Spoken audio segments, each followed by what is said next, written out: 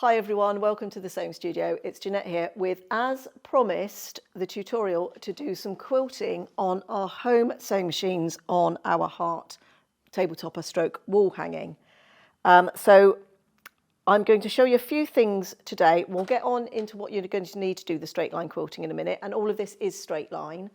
But first of all, I thought I would just do a quick demo on the spray baste, how I spray baste my quilts, because I do this all the time. Generally it's just me layering up quilts, and I find this really quick and simple to use, and it lasts a long time. I've got quilts that I layered about 4 or 5 years ago, and they get moved around and they're still all stuck together, so it's really good. So I'm just going to move that one out of the way, but that's sort of our guide for what we're going to do. Now I've just got a little bit ahead of time here, and I'm going to show you what I've done on the back.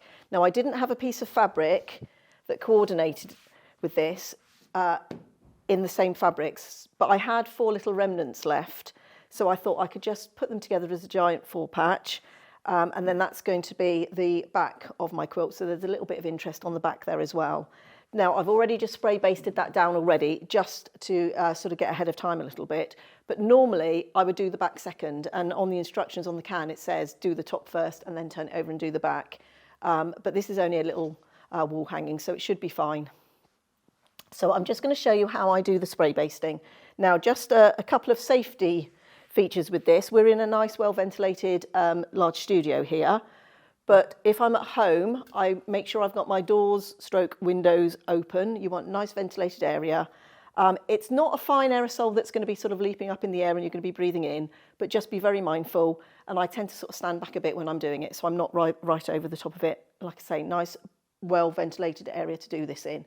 So you want to give the can a shake. Now, the instructions are on here, and it says spray from a distance 25 to 30 centimetres. Thin layer of adhesive, and it says to clean off, wash with water. Now, it's a temporary adhesive, but as I said, I've had quilts that have been layered for years, but what that actually means is it doesn't really disappear until you wash it out. Now, I'm going to give that a spray. Now, there's only a little bit left in this can, but it should be enough to do this. Now, the mistake most people make is they just sort of hold their finger down and sort of do that and absolutely cover it, and you don't need to do that. What I tend to do, give it a nice shake. I'm going to stand back a little bit, and I'm going to hold it about there, and I do short, sharp bursts, and I'm just being mindful that it's not, so most of this glue is actually sort of going down rather than up, but I'm just sort of stood back so I'm not breathing it in. And then once I've sprayed that, that should be plenty. You can always add more, but it's that short, sharp bursts to cover your area. Now, if I was doing this on a big quilt, I just sort of do sections at a time. But I'm going to do here. Now, the other thing, because I've got this 4 patch on the back, I've just marked with pins where those middle seams are, so I can more or less line this up in the centre. Needs to go up just a little bit. I'm not going to be overly fussy to get absolutely perfect, because you'll never see the front and the back at the same time. But that's more or less. And then all I do, using the heat of your hands, you just want to, I work down towards myself and then out. And all that's doing is just getting rid of any air bubbles and getting it nice and flat. Now, when I do it where I do the top first, then I turn over, do the back, I'll always flip it back again and just make sure that the top has stayed flat, because sometimes we've sort of straightened out that batting a bit more and it might have just moved our top a little bit. So I always sort of go back again and just make sure that the top is down. But you can see there, that's gone down really nice and flat. And I just sort of check the corners are down. Now I see that one. I'm just going to do a little spray. So once again, I'm just going to stand back.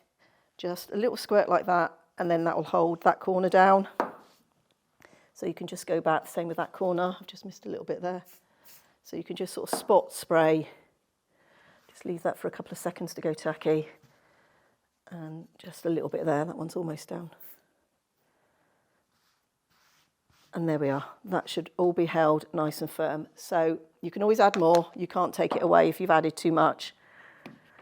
So I'm going to put the lid on that. And then I'm going to put that down there out of the way. So we're ready to quilt.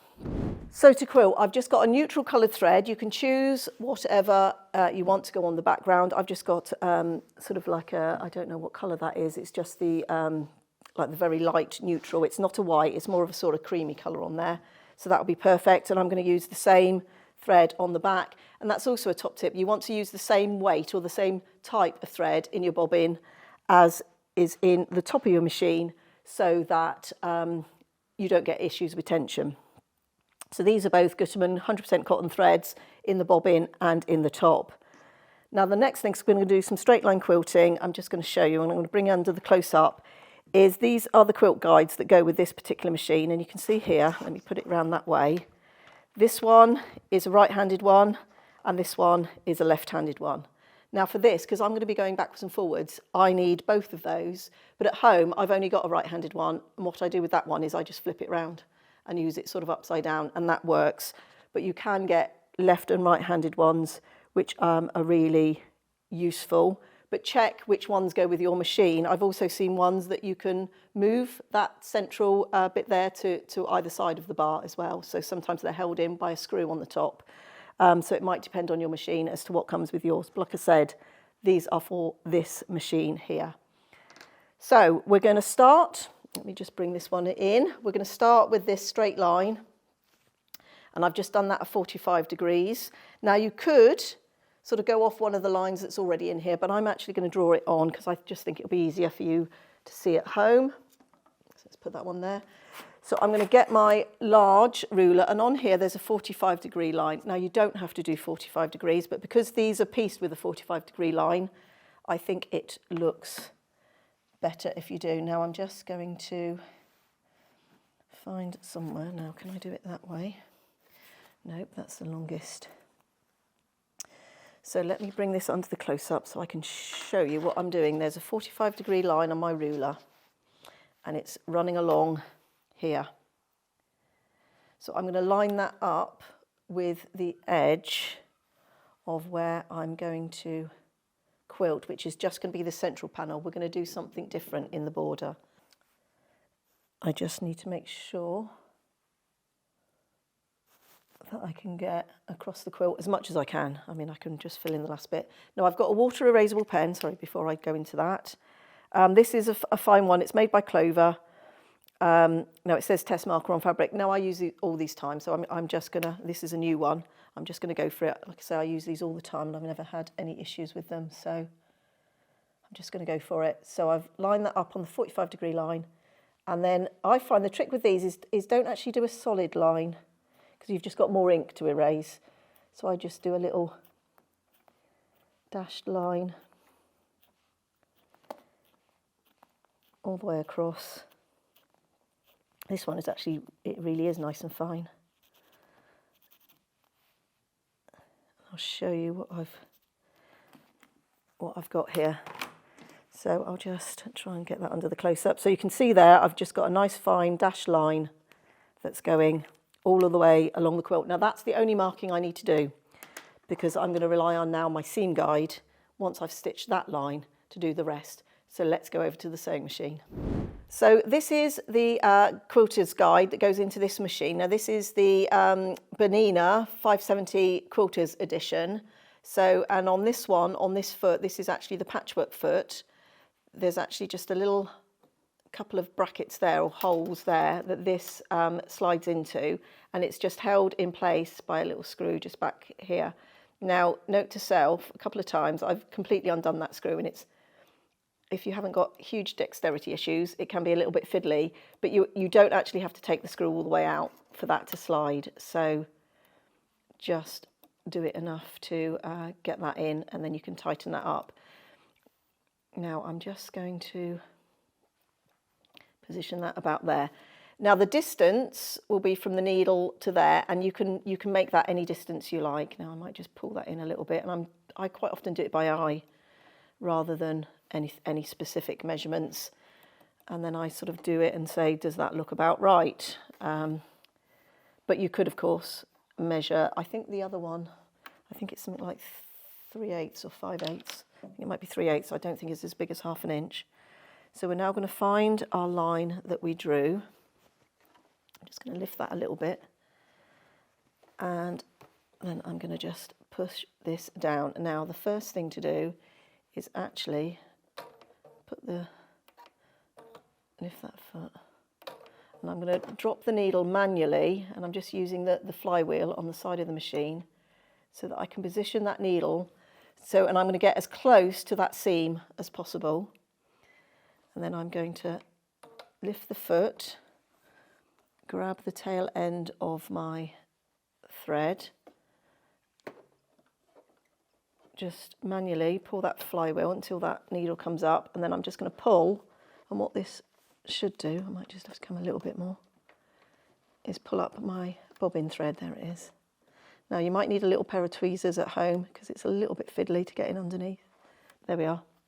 And the reason we pull up that bobbin thread is we don't want that tangling on the back, so we want to know what that's doing. And also I will tie those ends in at the end, and I'll show you how to do that and secure them off.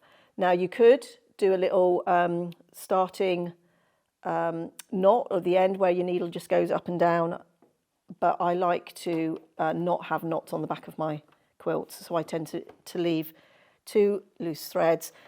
And this time I'm just going to follow by eye that needle across the line that I've drawn.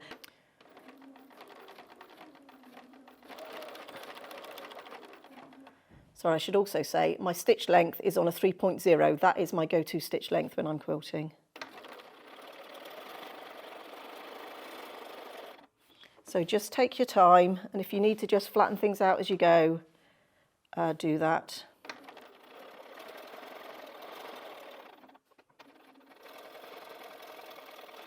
Now you can see my hands were getting towards the back of the machine there, so I'm just going to stop, reposition my hands here and start again.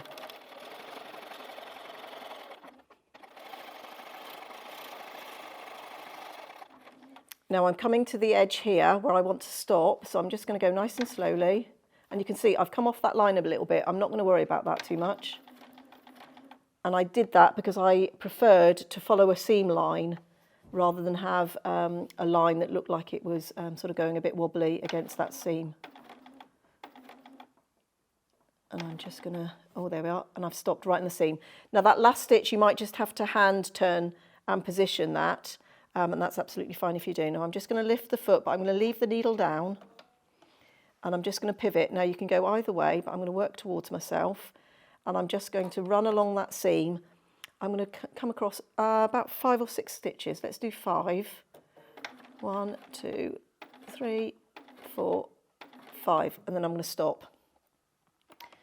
And then I'm going to lift the foot, keeping that needle down, and then I'm going to pivot. Now you can already see I'm the wrong side of that line with this one. That's okay, because I can put my left hand one in. Now if you don't have a left-handed one, what I do with mine at home is I just put that one back in, but it goes in upside down. But you can still see it will roll along the seam line there, so that's not an issue. But I'm going to use the left-hand one because I've got it here. And it's a bit now I'm actually going to go 1 stitch more, I think. I think that's a little bit close together, so that's okay. I can just drop that, so that's 6. There we are. And now I'm going to loosen that, position that.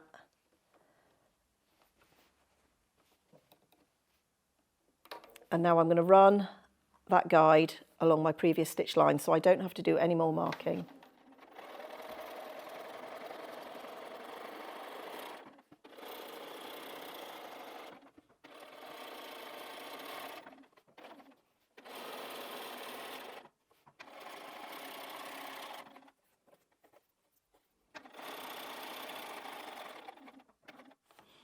Now I've just got a part stitch I need to do there to get right in the seam. I'm just going to have to manually adjust that a little bit. There we are. Because it was a little bit less than a full stitch. Now I did 6, so I'm going to count 6 again. And I'm going to lift and I'm going to pivot. Now this time my stitch line is going to be on this side. So I'm going to undo that and put this one back in. Now, it's a little bit, I'm going to use the word faffy, but actually I'd rather have that than have lots of loose ends. If I had to stop and start here, I'd end up with lots of bits to tie in. So it doesn't take too long, and then we can go again.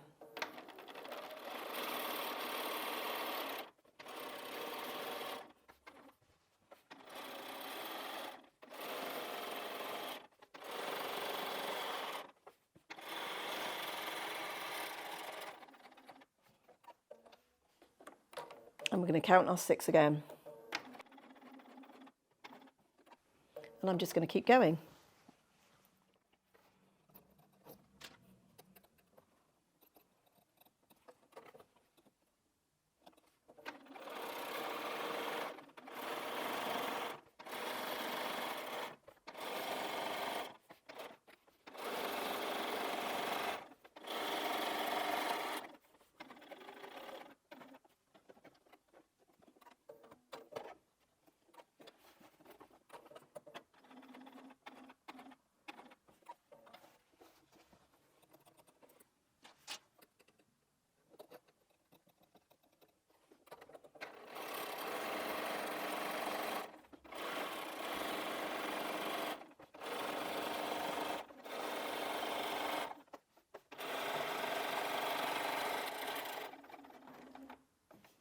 Right, I'm going to stop there because I want to move on to show you how to do the framing border, but normally I would just keep going until that whole centre panel is covered with those straight line stitches. So I'm just going to bring my needle up. I'm not going to use my automatic scissor cutter. I'm just going to lift my needle. I'm going to pull this out, and then I'm going to leave myself a nice long tail there. And a nice long tail underneath. Okay, so as I said, what I would normally do is do that whole of that centre, but I want to show you how I do what I call my framing border.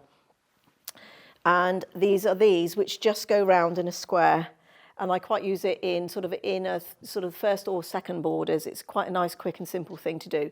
But there's a little bit of a trick, is to know where to sort of turn the corner to get you 90 degrees.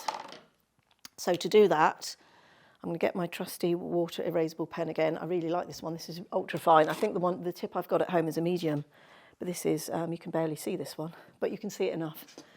But you haven't got a lot of ink to remove. Now, I'm just going to hold this under the close-up a minute so you can see what I'm doing. So there's my corner. So this is where the framing border is going to go. But I need to know where I need to turn to get a nice 90-degree angle here. So all I'm going to do is go from the corner of the patchwork to the corner of the border, and I'm just going to once again do my little line, and I'm going to do that on all 4 corners. So once again,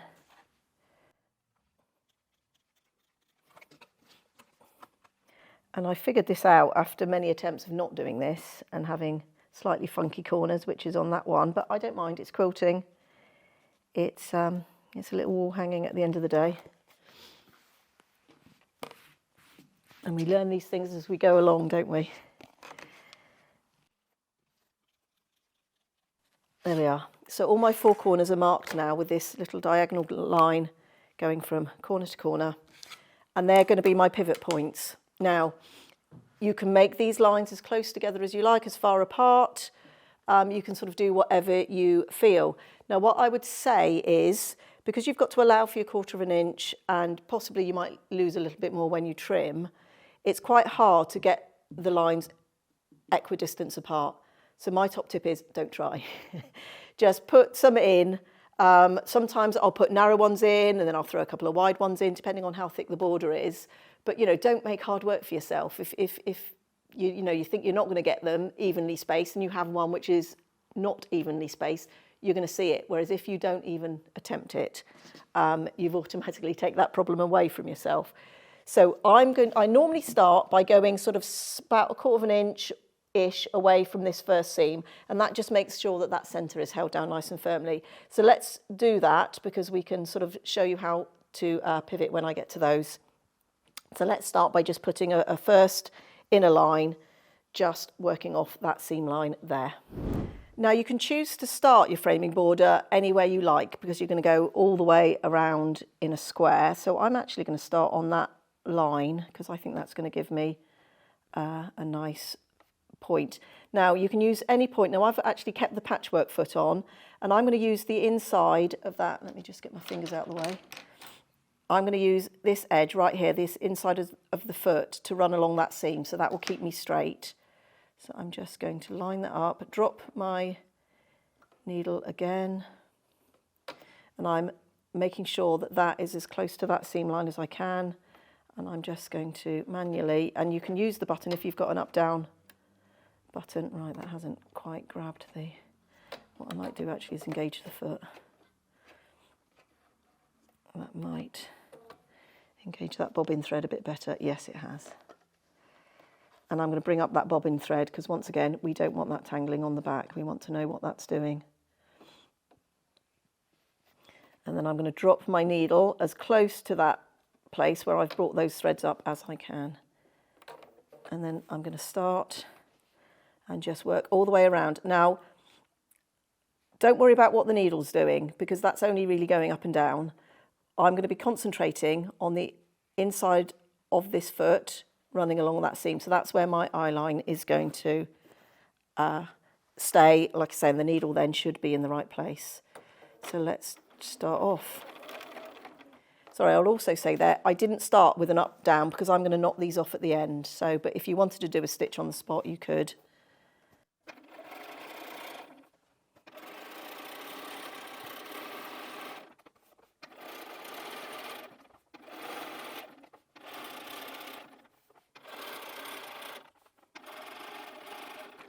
Now I'm approaching this line here, so I'm just going to go very slowly. One more stitch and I should have landed on that line. So I know that's my place to pivot.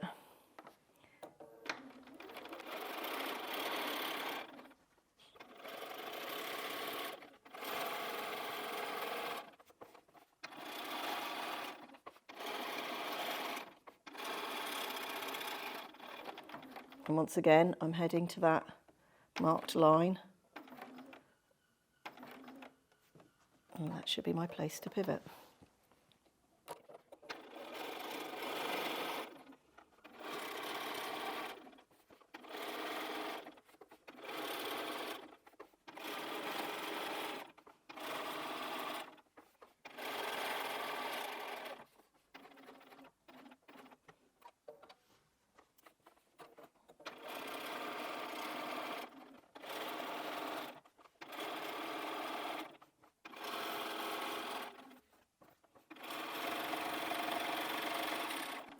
Now you can see now I'm getting back to where I've started. So I am now also, as well as keeping my eye there, I'm going to be looking to make sure that my needle is going to sort of finish there. But if we've stayed level there, we should.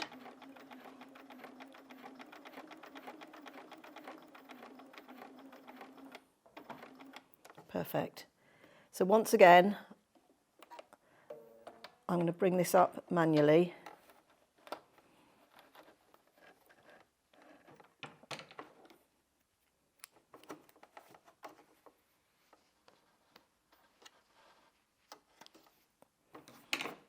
And clip those threads. So that's the quilting. You can go around with that framing border as many times as you like, but like I say, just using that exact same process all the way around. Now, as promised, I thought I would just finish by showing you how I tie those ends off, because I haven't done any sort of start and stopping there.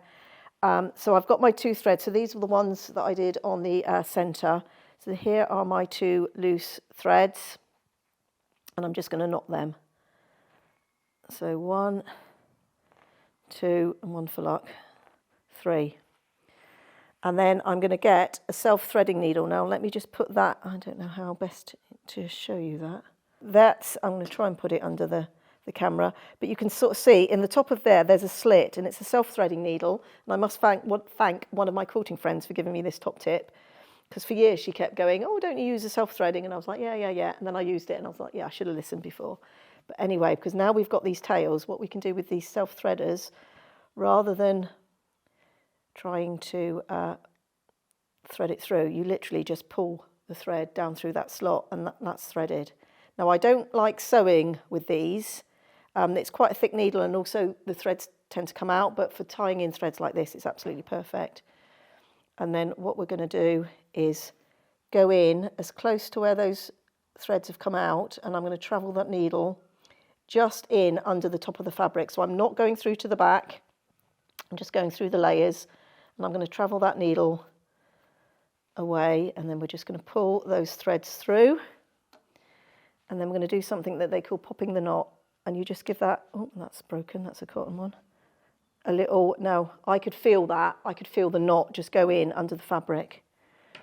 You just give it a little short, sharp tug, and then I'm going to just snip that away, and those ends, the knot is in the fabric there. We haven't trimmed off close to that knot, so it's nice and secure, but it's hidden and it's all out of the way.